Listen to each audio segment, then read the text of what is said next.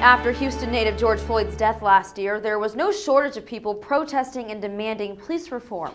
Now state lawmakers are considering the George Floyd Act. It would change a lot for law enforcement, including departments right here in Central Texas. Darrell Baker starts us off tonight. Several police reform supporters held a rally outside the state capitol building today.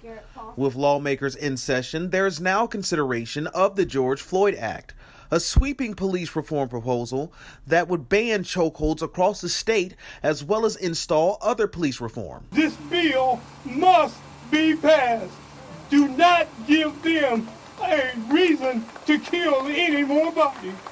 Supporters like Patrick Aaron, who led protests to end police brutality following the death of Bell County man Michael Dean, say the new law would be a step in the right direction. This is a long overdue time that we have experienced for us to finally get some type of reform within our police station. And I believe taking these steps is going to make us a better country and a better state.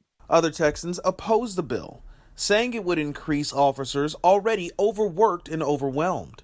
Criminal justice experts say that most of the changes proposed by the legislation wouldn't be tough to do, but others would require more training, funding, and explanation, like banning arrests for most C-class misdemeanors. Public intoxication type charges. Actually, the officer's taking on liability if, for example, the officer can't just leave that person who is highly intoxicated on the side of the road.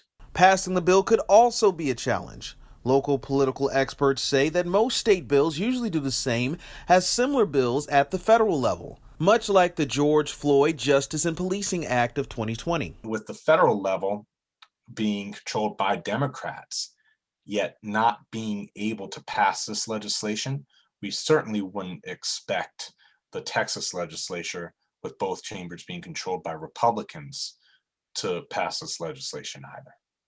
Experts say if the bill passes, it could sway federal lawmakers to take action on other police reform bills.